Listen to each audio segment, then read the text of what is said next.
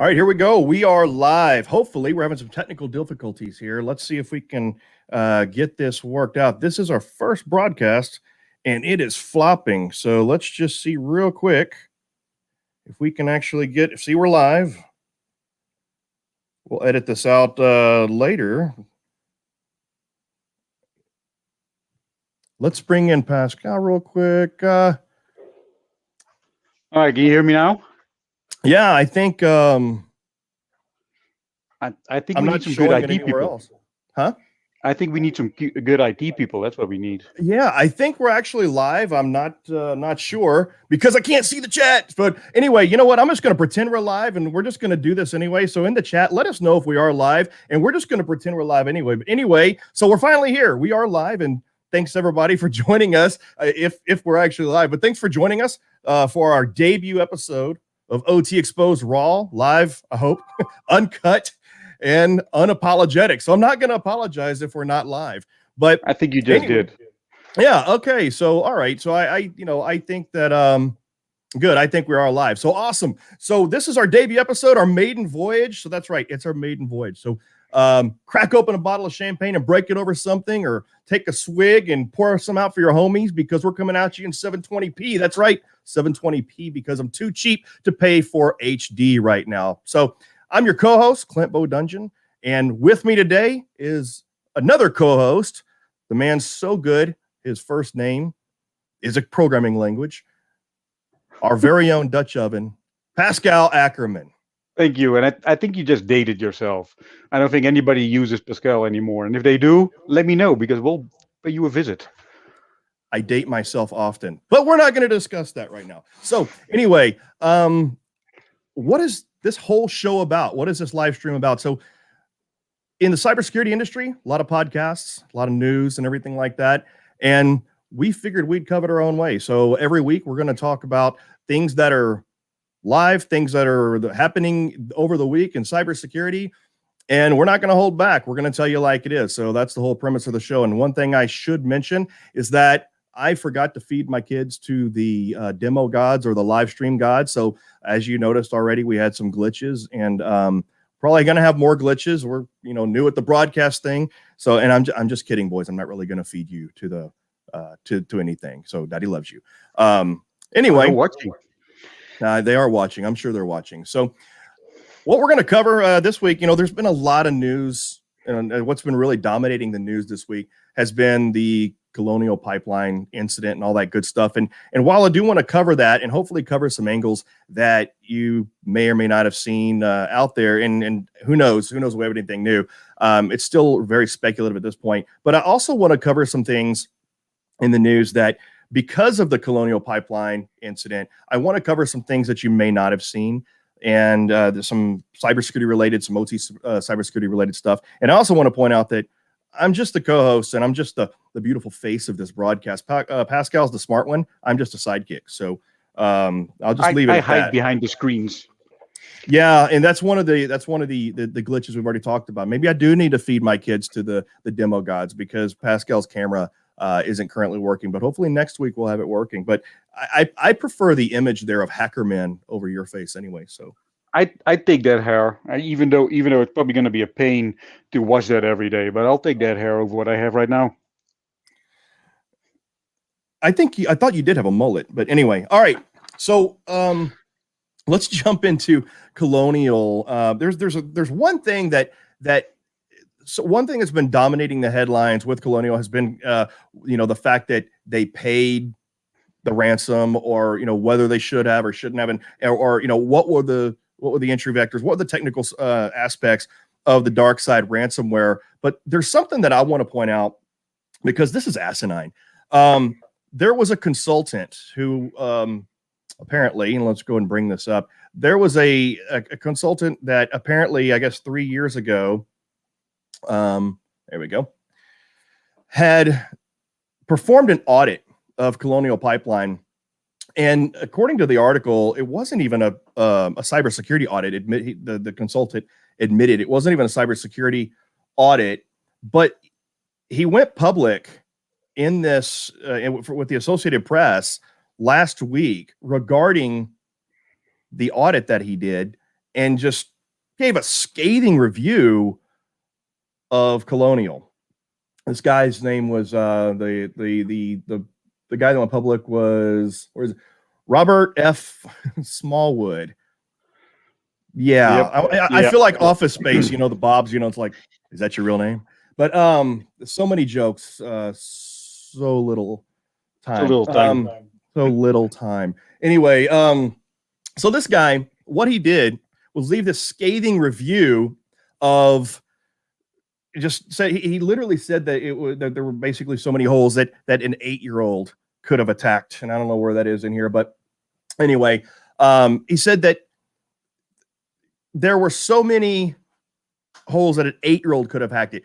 First of all, dude, you don't do that. That's not professional. And I want to point out that to any other operators out there, because one of the first things happening, this doesn't make you look good, right? He said that he just couldn't let it pass. He had to come forward about this because, he had to say something. It's like, what are you saying? What are you actually doing and accomplishing by this? Because, by the way, it's national news. It's global news. You're not accomplishing anything by coming out and saying this, right? I mean, Dale Peterson in Digital Bond Group did something similar with Operation Basecamp several years ago, and pretty much flamed all of the vendors out there, the OT ICS vendors out there. But that was warranted. I'm saying that was warranted because nobody was listening. To Mr. Smallwood, this is what you did was not warranted because it's already national news. It's already global news. All you're going to do is make it to where operators now are afraid to have audits, third-party audits or assessments, because they're going to come in anyway. So they're going to be afraid that auditors and assessors are going to do the same thing that this dude did. And let me tell the operators out there, actual, true, real professionals aren't going to dox or expose their customers like this. So this dude's an idiot. I'm calling it right now. This dude's an idiot. Anything you got to say? No, it's got the opposite effect of what he's probably trying to achieve. Although if you read the whole news article, he missed out on a big giant project, which I think is why he came out in the first place. But if we assume that he just wants to get the information out and help other people, it has the opposite effect, because people are now going to be extra careful who they're going to engage with, and will have less information, if anything, coming out of these breaches. Right.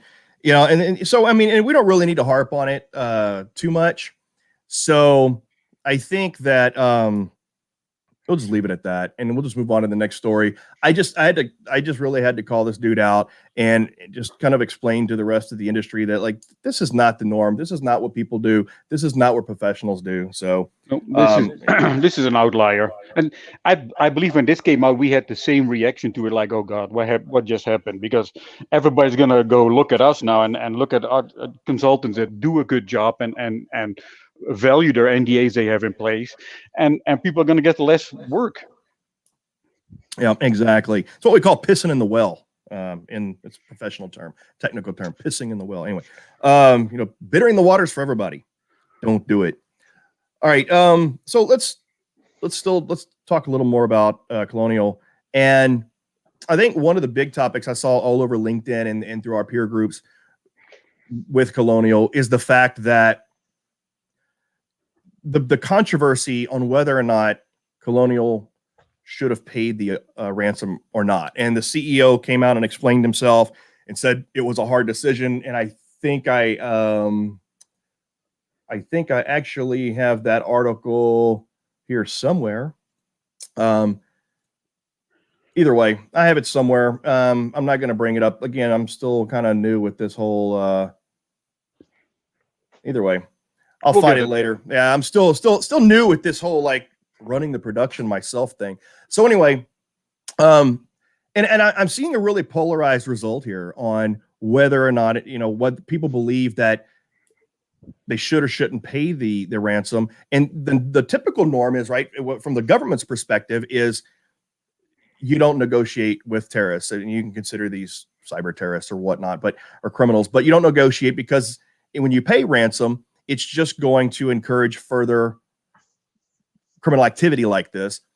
But, and everybody basically was giving Colonial scathing review for paying that. And I have my own thoughts, but what are your thoughts on that? Well, first of all, it's easy to sit on the sideline with this, right? It's easy to say you shouldn't pay if you're not in the middle of a big mess like this.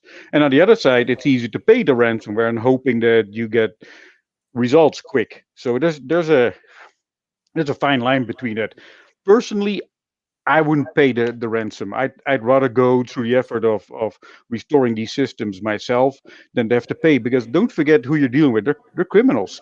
Who says when you pay them, you're actually going to get a tool that works, right? Which in the case of Colonial is debatable. That's what happened, right? I mean, yep. The unencryption tool, the encryption key, the process was so slow, they still had to use their own backups, right? Yep. But then on the other hand, if you don't do this, and it's going to take you 2 months to recover, what is the impact? So maybe that's the lead way onto it. Depending on the impact, do we pay or do we not pay? Right. Well, and here's my perspective, and those of you that watched the webcast yesterday with Cisse, I kind of said the same thing, which was, it's not black and white. Whether I agree with it morally or ethically, I'm not even getting into that. I'm just saying that the decision for someone to make is not black and white, because if it was just some local business, if it was just a business, and the only real concern was whether or not my business is affected, or should just my business affected, yeah, now I believe that you pay the price. You suck. Your security sucks.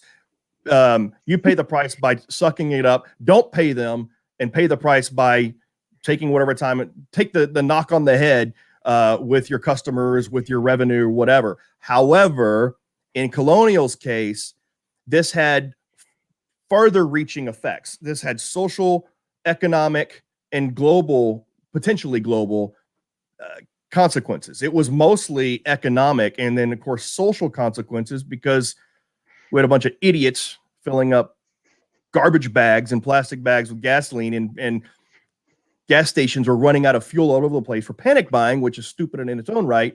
But the bottom line is, Colonial made the decision because there was a shortage, and it had far further reaching consequences and impact.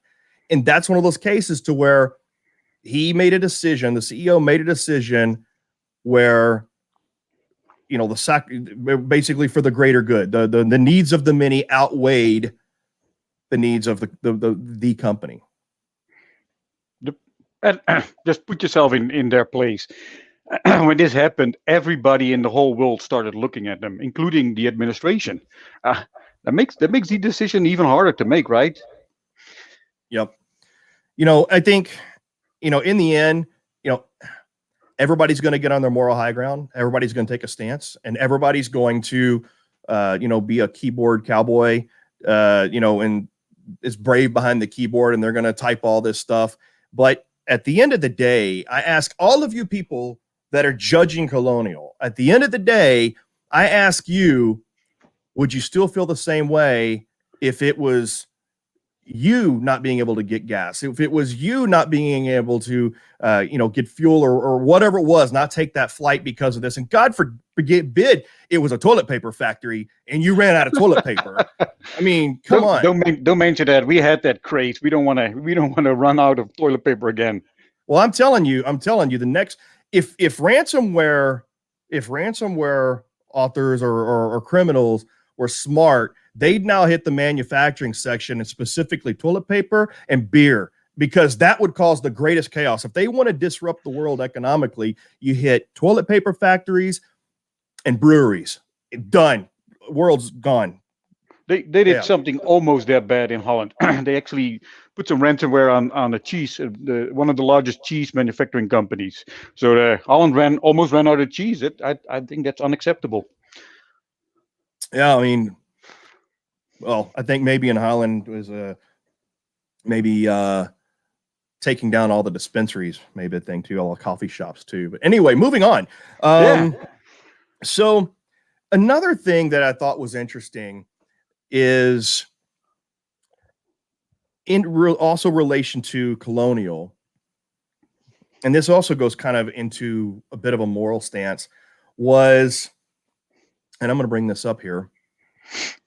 So there were reports, and this is kind of there was reports by other reputable news sites. I'm not familiar with this news site, but there were other news sites out there that had similar headlines, and it was that they were saying that Colonial was fine, but they shut down the pipelines because they wanted to make sure they got paid correctly. So basically their scheduling systems did get hit, but they wanted to make sure that they got paid correctly. And I want to correct that. I don't believe that it had to do with just billing and make sure they got paid correctly. I mean, yeah, I think that was probably part of it. That was a bit part of the business decision.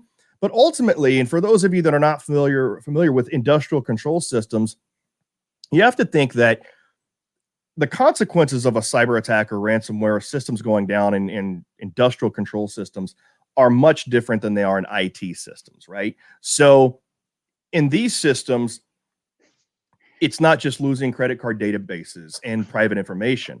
It's consequences that can have environmental impact or even health and safety impact, loss of life kind of thing. And so, if you lose the ability to control the pipeline, the valve control, and you start popping valves, if you leak gas or petroleum, if you, God forbid, explode something and someone dies, I mean, these are the impacts and the consequences of the, of an industrial control system consequence. And so what Colonial did was that ultimately you have 5,500 miles of pipeline.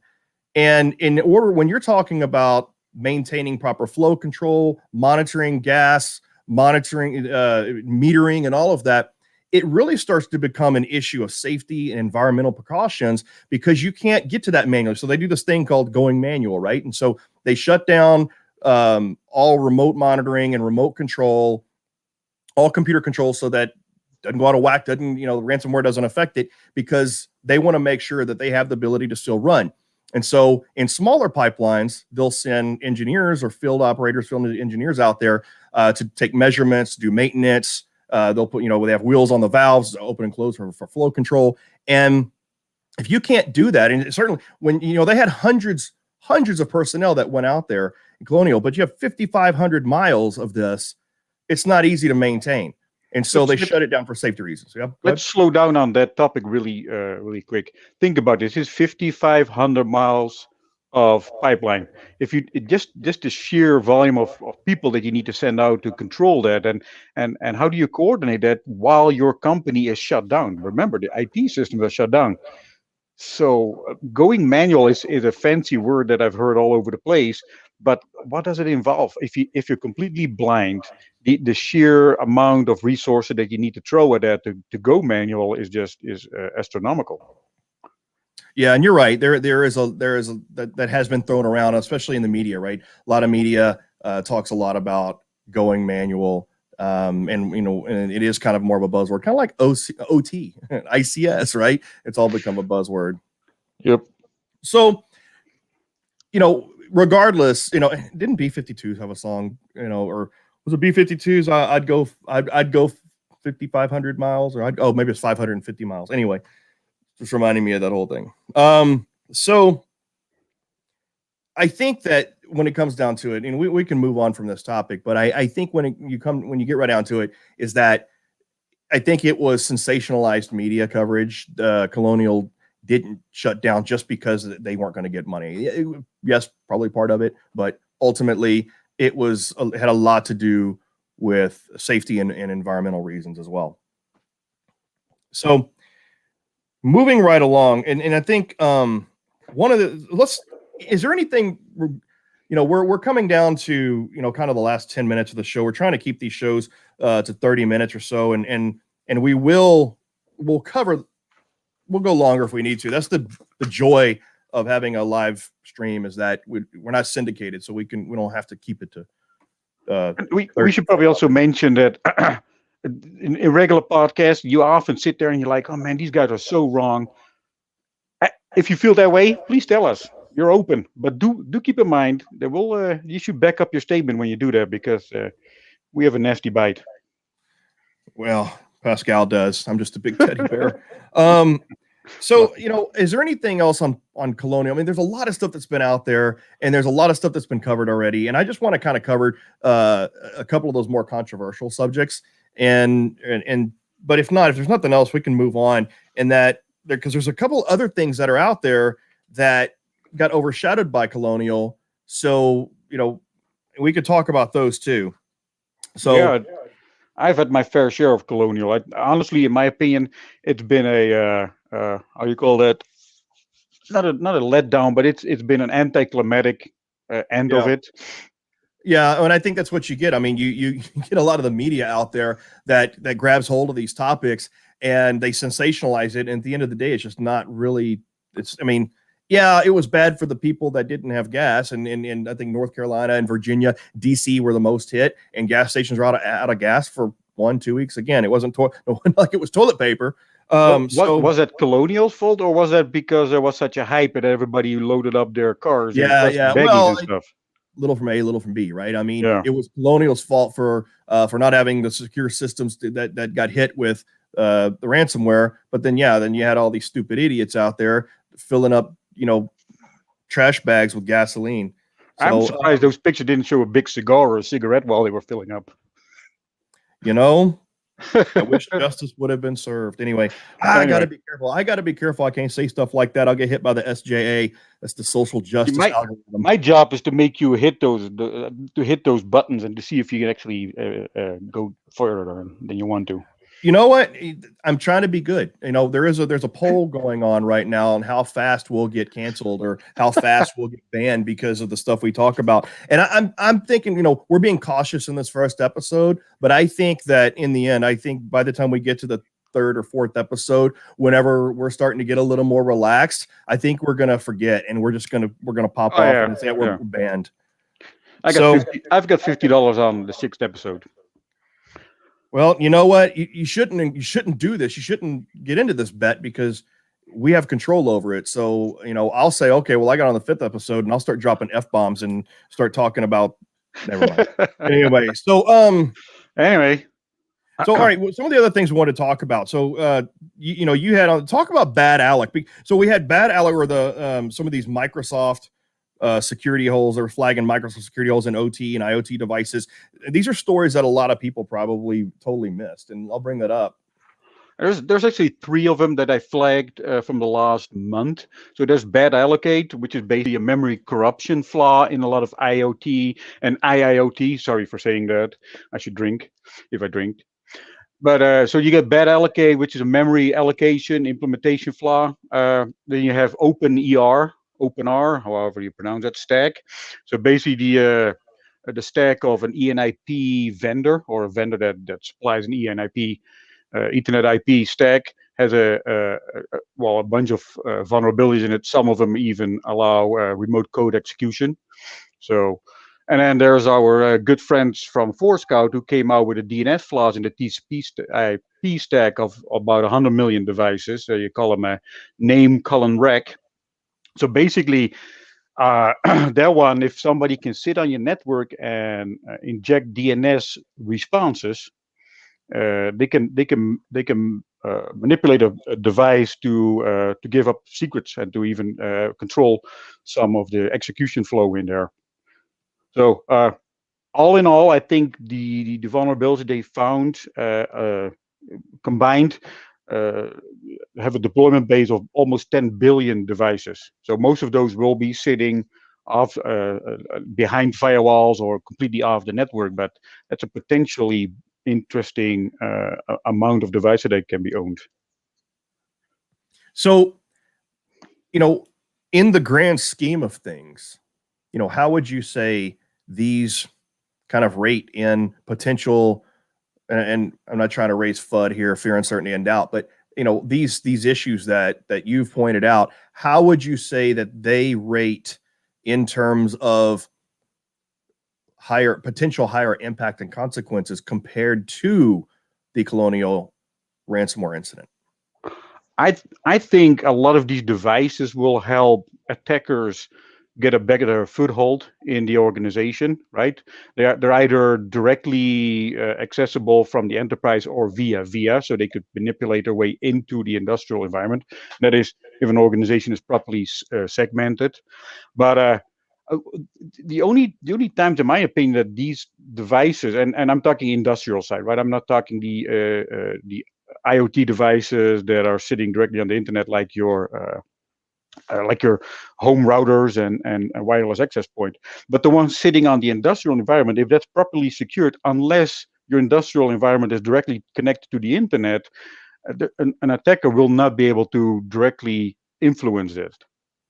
Well, and that's the kind of the case with a lot of vulnerabilities in ICS that we've seen throughout, for the last 2 decades, right? And there's been, even today, when you see vulnerabilities that come out in the former ICS CERT or now the CISA alerts, there's a lot of vulnerabilities that come out, but if you don't have that direct access, if you don't have access to the network itself, it's the impact is minimal, or you can't even get to it because there's not that many remote code execution vulnerabilities out there right now. Or what do you do with it? Okay, so I can remotely inject code on a controller, which is a bad thing by itself, but you need a very sophisticated attacker to know what they exactly do with it, right? What is your ultimate goal with having control over a PLC? There's only a few attackers that will actually use that, and I'm talking the Stuxnet type of infiltrations. You have to drink. But anyway, having said that, most attacks that even make it onto the industrial network are still going to use the low-hanging fruit, the easy money, like deploying ransomware, because that's an easy way to get money if that's what they're after. Yeah, and I made a note with one of these, like the BadAlloc. So the memory allocation implementation flaw will allow an attacker to bypass authentication and security controls. I'm thinking to myself, and I'm oversimplifying it, so what? Modbus, Ethernet IP, Step 7 protocols, all of those are wide open anyway. So what do I need to bypass authentication for? Right. In the end, most industrial protocols don't have authentication, encryption, and that stuff. So yeah, a lot of these vulnerabilities that are being reported are really sort of benign, almost a moot point.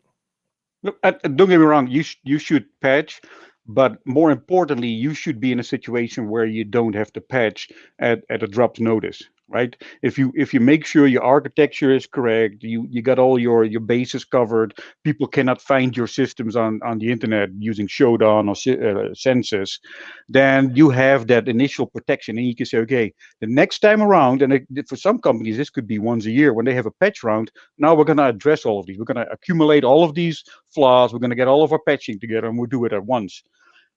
Get yourself in a situation where you can be that tolerant. So we are, I got a couple things I want to ask, but we are at the top of the hour, which normally we're going to try to keep these episodes around 30 minutes, but we kind of had a slow start. We had some glitches at the very beginning. Again, I forgot to feed my kids to the demo gods. And so we had a little bit of a glitch and a slow start. So I'm going to treat this kind of like soccer, or like the rest of the world calls it, football. And we're in penalty time now, right? So we're going to have some overtime here, because I want to ask a couple more questions before we wrap this up. And that question, the main question is, what do you foresee in terms of kind of the future going forward? We're starting to see more more malware attacks in terms of ransomware. We're seeing a lot of vulnerabilities, and in kind of my perspective, the way I look at it is decades ago, and whenever firewalls and IDSs were first coming out, these things like SCADA and ICS, and nobody knew about it but actual industrial operators. They were air-gapped systems. And now, because of all of the things that are happening, like Colonial, the Florida, there's another thing that we completely didn't discuss today was the Florida water. It's old news right now, but there was some new stuff to talk about, which is the Florida water plant incident. But anyway, my point is, you're seeing more and more attacks and more targeted attacks on industry. And so, you're going to start to see more targeted ransomware attacks and vulnerabilities and these sorts of things in an industrial. Where do you think it's going to go? Where do you think the bigger impacts are going to be? You think it's going to be in the industry? Sorry, got distracted. Do you think it's going to be in the industrial attacks? Do you think it's going to be in ransomware, or do you think we're going to see some sort of holy grail vulnerability out there?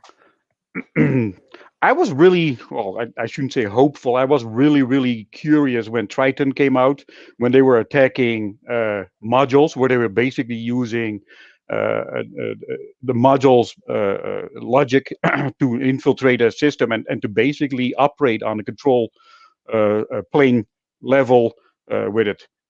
We don't hear many of those attacks anymore, maybe because they're too stealthy and nobody finds them. What we do see, what a big trend is two particular things. One, ransomware attacks on the IT side are changing. The ransomware is not going to be just encryption anymore. It's encryption and stealing of data. So if you think, I got backups, I'm going to recover, they're going to come back and say, oh, we have your data. And if you don't pay us, we're going to put that on the dark web, or we're going to put it out there for people to pick up. On the other side, ransomware operators and actors and attackers, they have found the ICS. They find that, okay, on an IT side, it's easy to recover. You pop a backup. You might not even care about the data. But on the control side, if you're running a business, if you're running a plant, and we take down the main systems that support that, people are more likely to pay these ransomware because they have no other options. A lot of times, these environments are forgotten about. There's no patching, there is no updates, there's no backups of the system. So a lot of times when they hit those systems, people are going to be like, I don't know what to do. I either rebuild from scratch or I pay these guys a ransom and hopefully I get a key that works. So those two trends. Somebody out there is going to accuse you of just giving them an idea, but that's okay. Actually, they gave me that idea, so just to cover my own behind.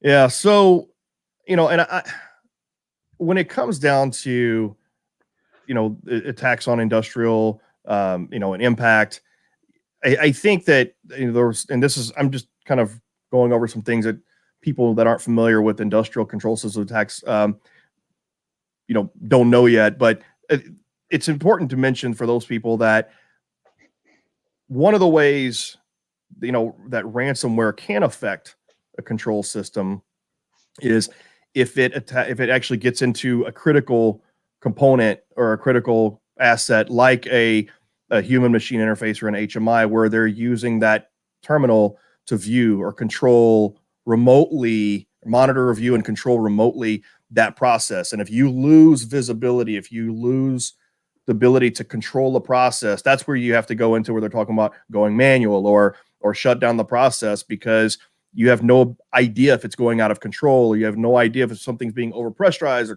catching on fire, the temperature's too high or whatever. And so that's one of the areas where it can affect it. But if you don't forget about ERP and MES systems as well. So an MES system is the link between the enterprise and your production system that tells you, hey, start running 600 boxes of this and 1,200 boxes of that. If that link is gone, there's nothing feeding your production. So then manual is an option. But if you really encrypt all of your HMIs, I'd be hard pressed to say you could run even manually. Yep.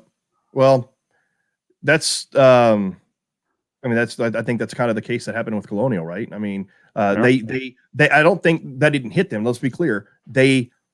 Their control systems did not get hit. There was their IT systems or systems in their IT, their business network, but they shut down for that precaution, because I think that's the case. I think that they figured that if it did hit our control systems, that's the problem we're going to have. And they have too much pipeline to run manual in that way. So, I think that's going to do it for this episode. I think we're going to wrap up there and leave it at that. And I think we're still leaving a lot of meat on the bone here to discuss. But like I said, we don't want to take up an entire hour or too much time every day or every Friday. I mean, so we're going to wrap it up there. We'll talk about more next week. And if you want to be a guest on the show, let us know. We plan on having guests. We guess what? We also plan on starting the future shows without a glitch or without ruining if we're going live or not. But so I'm sorry, kids. I'm going to have to feed one of you to the demo gods. But but either way, I think we figured out what was wrong. So we should be able to start next week without a problem. But yeah, I mean, catch us next Friday. Catch us every Friday. And if you like what we're doing here, this is the first time I ever get to say this. Hit the subscribe button. I just always wanted to say that. Right I've never there. done a YouTube Hit that button. before. Yeah. So yeah, hit that like button. My kids watch these YouTube shows all the time, and this is the first time I get to say it. Do it. Anyway, Do it. so do it. Do it. Do it. All right. So thanks everybody for joining us. If you're joining us live, thanks. And we'll leave this. You'll get the recording will remain. We'll have more in the future. So we'll see you next week. Thanks everybody. Take care.